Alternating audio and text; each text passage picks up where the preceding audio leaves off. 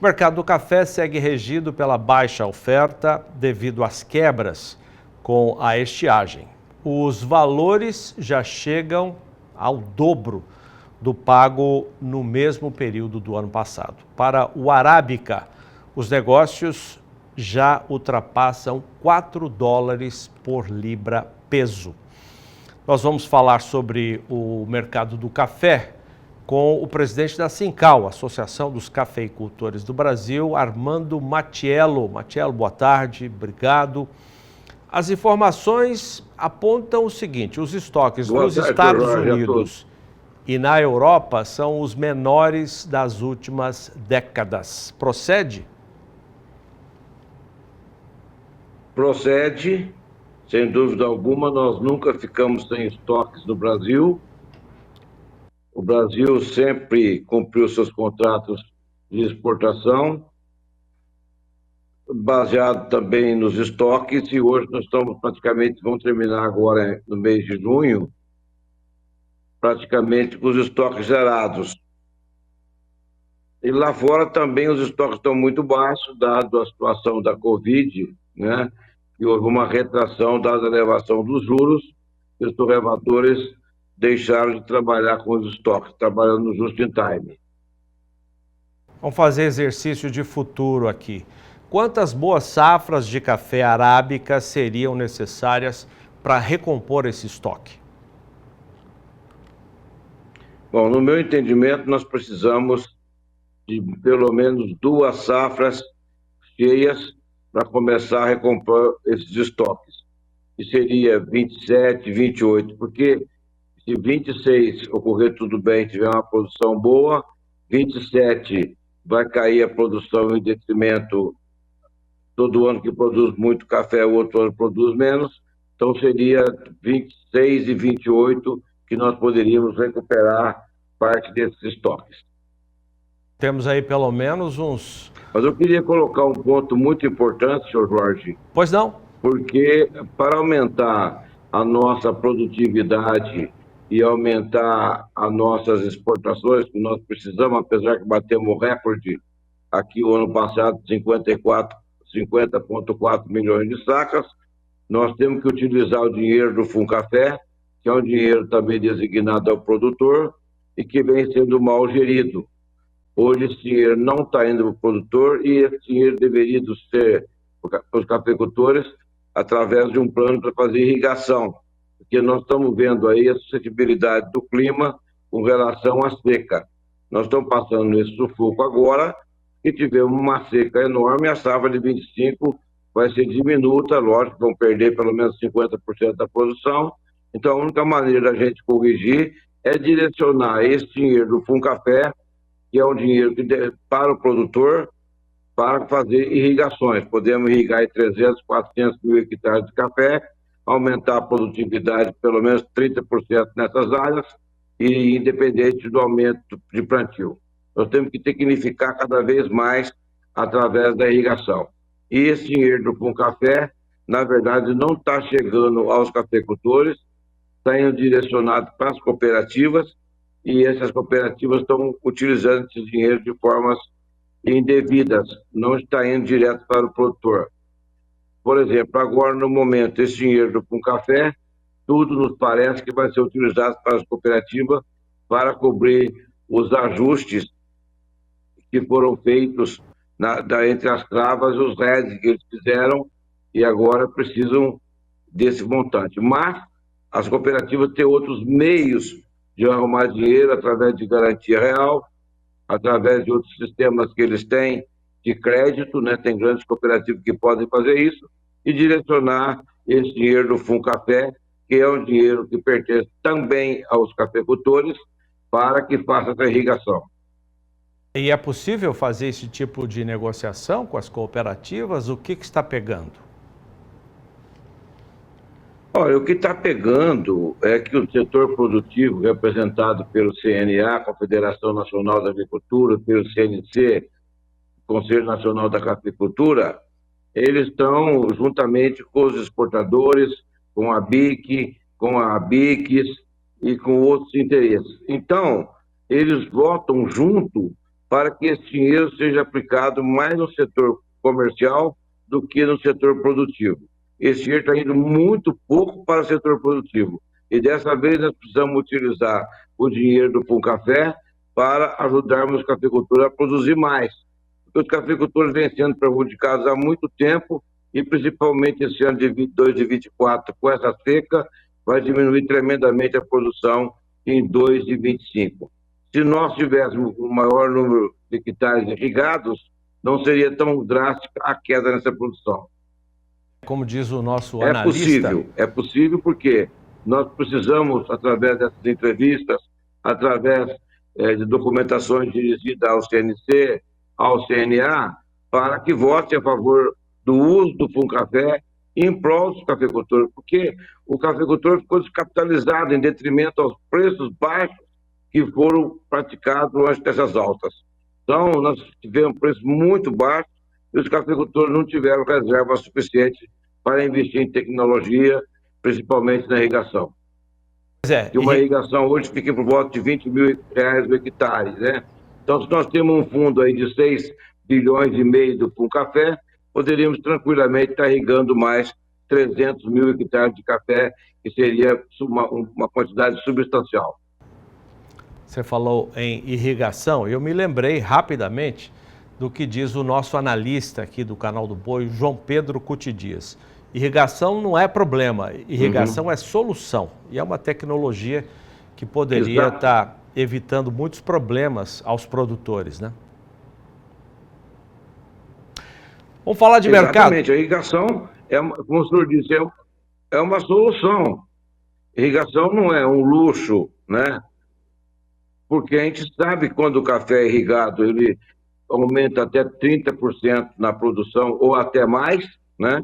E evita essas intempéries, como nós tivemos com a seca. Se tivesse água para irrigar, tem água para irrigar, mas se tivesse sistema de irrigação já estabelecido, nós não teríamos uma situação tão crítica como nós estamos tendo agora de falta de café, porque nós, na primeira vez na história da cafeicultura brasileira, nós não temos nada de estoque. No passado já queimamos até café e hoje nós vamos terminar agora em 30 de junho na safra, né, com zero praticamente ou muito pouquinho café em estoque, né?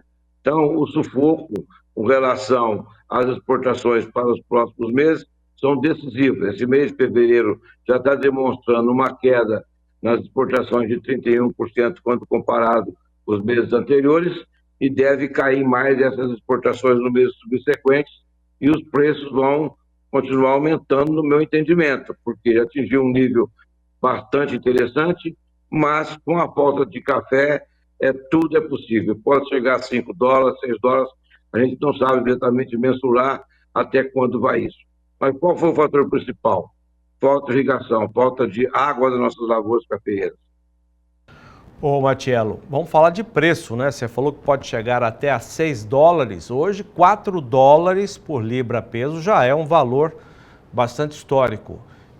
Está chegando esse grande valor para o produtor? O produtor está aproveitando esse momento? Não estão sendo repassados esses valores aos cafeicultores. Por exemplo, no caso do Arábica, hoje já deveria estar na faixa de 3.200 preço líquido, né, para café bom, e o Conilon devia estar na faixa de 2.300 por aí. Então, não estão repassando. Estão comprando muito lentamente, porque eles estão fazendo um jogo de braço contra o setor produtivo, mas uma hora a corda está esticando, a corda vai acabar estourando, porque não tem outra maneira, porque ninguém vai ficar sem torrar café como grandes companhias como a JDE, a Nestlé, Lavazza e também os torrefadores internos. Mas por que você projeta esse valor até $6 a libra-peso? Bom, esse é um valor subjetivo. Estou colocando isso pela tendência do mercado, pelas altas que nós tivemos nos últimos tempos, e de novembro para cá, só em novembro subiu 7.330 pontos, né? Foi uma alta extremamente expressiva. Dezembro subiu só 175 pontos. Quando chegou janeiro, subiu 3.300 pontos. E esse mês aqui está demonstrando também que nós deveremos ter uma alta por volta A gente não sabe porque estamos no meio do mês, março, meado do mês, mas pode chegar também a mais de 3 mil pontos, ou chegar até 4 mil pontos, o aumento do preço do café agora em fevereiro. E quando chegar março, com as quedas possíveis de exportações, a situação ficará mais complicada, porque nós temos que abastecer o mercado interno com 22 milhões de sacas aproximadamente, e também as exportações. Nós não vamos conseguir manter esses níveis de exportações, que foi recorde em 2024, por volta de 50 milhões de sacas. As exportações do Brasil devem cair, e aí o mercado vai ficar uma loucura total, porque hoje, no caso do Arábica, o Brasil exporta e fornece 45% do café mundial. Além disso, nós estamos contando com uma safra muito boa de conilon no Espírito Santo, mas atravessando uma seca terrível, está queimando os frutos, queimando a parte vegetativa, e não tem previsão de chuva no Espírito Santo até o começo de março. Já deu um prejuízo calculado entre 15% a 20%, e esse prejuízo deverá continuar mais ainda se a chuva não chegar em tempo hábil. O Espírito Santo está atravessando uma fase muito ruim em termos de clima. Era um ano previsto de boa produção, mas do jeito que nós estamos vendo, vai cair muita produção do conilon, talvez aí uns 20%. Talvez seja por isso que a associação tenha previsto que os preços vão continuar subindo aqui no Brasil. Vamos falar de mercado interno, continuem subindo pelo menos até abril. Qual é a avaliação que vocês fazem? Bom, eu penso que vai continuar subindo, tá certo? Não tenho certeza se vai na velocidade que nós atingimos de novembro para cá, tá certo? Foi assim, altas extremamente expressivas, ou se ela vai ser um pouco mais comportada, mais lenta, vamos dizer. Mas o mercado é de alta e sim pode chegar a 5, 6 dólares ou mais, né? Por exemplo, a senhora Marja, que é uma consultora internacional, que é a nossa amiga, ela esteve no Brasil durante 31 dias, ela previu uma produção de 42 a 44 milhões. Com um consumo de interno de 20, 22 milhões de sacas, não vai sobrar muito pouco para café para exportar. Ou seja, vai sobrar 20 a 25 milhões de sacas, que vai ser uma queda terrível e vai atingir em cheio o mercado internacional, dado o Brasil ser o maior produtor. Não tem nenhum outro país, Sr. Jorge, para cobrir esse déficit, porque em segundo lugar é o Vietnã, e o Vietnã produzia em média 30 milhões de sacas, não está produzindo mais, dadas as situações climáticas também que atingiu o Vietnã, e eles estão substituindo as lavouras de conilon por durian, que é uma fruta muito apreciada pelos chineses, né? E eu também, a gente vê também na América Central, fatores de queda de preço, queda da produção, em detrimento à seca. Então, a situação climática mundial era totalmente contra a produção de café. Esse assunto que você abordou, a Ásia, está relacionado à pergunta do nosso companheiro Fabiano Reis, titular do programa. Ele pergunta o seguinte: o papel da China, Vietnã e outros países da Ásia para mexer no quadro de oferta e procura. Você já deu uma adiantada aí dizendo que a participação deles, até trocando culturas, pode complicar ainda mais a questão do preço. Complicar no sentido de que o preço vai subir ainda mais. Exatamente. Além do que, por exemplo, essa situação do Vietnã que nós acabamos de citar com relação à diminuição da produção, substituindo por outras culturas como durian, maracujá e outras, nós temos que lembrar que a China iniciou um consumo de café numa escalada acima de 2 dígitos, né? Consumia em 2017 por volta de 80 mil sacas, e hoje fala em 6 milhões e meio a 7 milhões de sacas. E se continuar nessa proporcionalidade, até o ano 2030, 2032, a China vai consumir café praticamente tanto quanto o Brasil. São uma população que passa de 1 bilhão e 300 milhões, segundo o Banco Mundial, eu calculo que pode acontecer com o mercado de café. E nós não atingimos a Ásia, né? A Ásia nunca bebeu café como começou a beber agora. E no Vietnã também começou a beber café. Na Indonésia também começou. Quer dizer, todos os países asiáticos estão entrando nos costumes dos países ocidentais de tomar café.